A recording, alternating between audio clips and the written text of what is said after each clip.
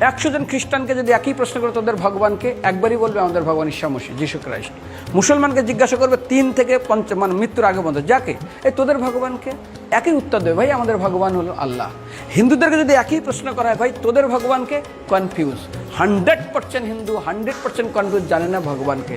দ্বিতীয়ত, যদি তুমি মুসলমানকে জিজ্ঞাসা হয় তোরা মসজিদে কেন যাচ্ছিস, ওদের শেখানো হয় মসজিদে যেতে হবে নামাজ আদায় করার জন্য। সপ্তাহে ওরা 100% একদিন মসজিদে যাবেই। তুমি যদি খ্রিস্টানদের জিজ্ঞাসা করো তোমরা কেন কোথায় যাবে, কোথায় যাও না, আমাদেরকে একদিন তারা চার্চে যাবে। কেন? ঈশ্বরে প্রার্থনা করার জন্য, ওদের শেখানো হয় জন্মের থেকে, এটা সংস্কার। আর হিন্দুদের যদি জিজ্ঞাসা করে তোমরা মন্দিরে কেন যাচ্ছ, হ্যাঁ আমার ছেলের বিয়ে হচ্ছে না, আমার মেয়ের বাচ্চা হচ্ছে না, আমার বাবা হসপিটালে আছে, কালকের আমার মামলার ডেট আছে, আমার ব্যবসা খুব খারাপ, আমার শরীর খুব খারাপ। 99.99 হিন্দু জানে না মন্দিরে কেন আসা উচিত, তাদের ভগবানকে মৃত্যুর পরে কোথায় যাবে। মুসলমানকে জিজ্ঞাসা করবে মৃত্যুর পর কোথায় যাবে, বলবে ভাই নামাজ রোজা যদি না করি দোজকে যাব, অর্থাৎ নরকে যাব। যদি হিন্দুদেরকে জিজ্ঞাসা, ওদেরকে বলবে আর যদি করো নামাজ রোজা করি তাহলে বেহেশতে স্বর্গে যাব।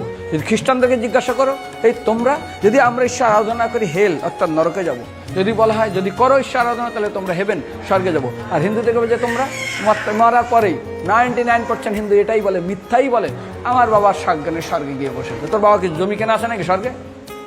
তোর বাবা জমি কেনা আছে যে তোর বাবা মরার পরে স্বর্গে গেছে হোয়াটসঅ্যাপ করে দেখি এই যে অ্যাটাচ বাথরুম টয়লেট আমি একদম ভালোভাবে পৌঁছে গেছে, তোর বাবা স্বর্গে গেছে জানিস তুই? আরে মৃত্যুর আগে এত কষ্ট পায়, এত কিছু করে, মারার পরে আমরা স্বর্গে গেছে।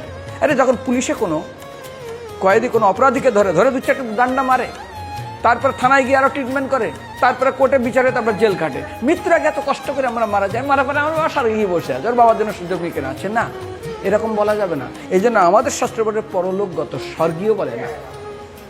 এখন প্রশ্ন হলো, আমাদের কমসে কম নেই মামার থেকে কানা মামা ভালো।